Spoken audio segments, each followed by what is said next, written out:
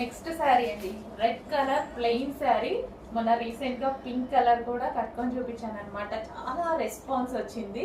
And అదే విధంగా మళ్ళీ రెడ్ కలర్ ఫుల్ డిమాండ్ వచ్చినటువంటి శారీ, స్పెషల్ రీస్టాక్. ఈ రోజు జస్ట్ రీస్టాక్ అయిందనమాట.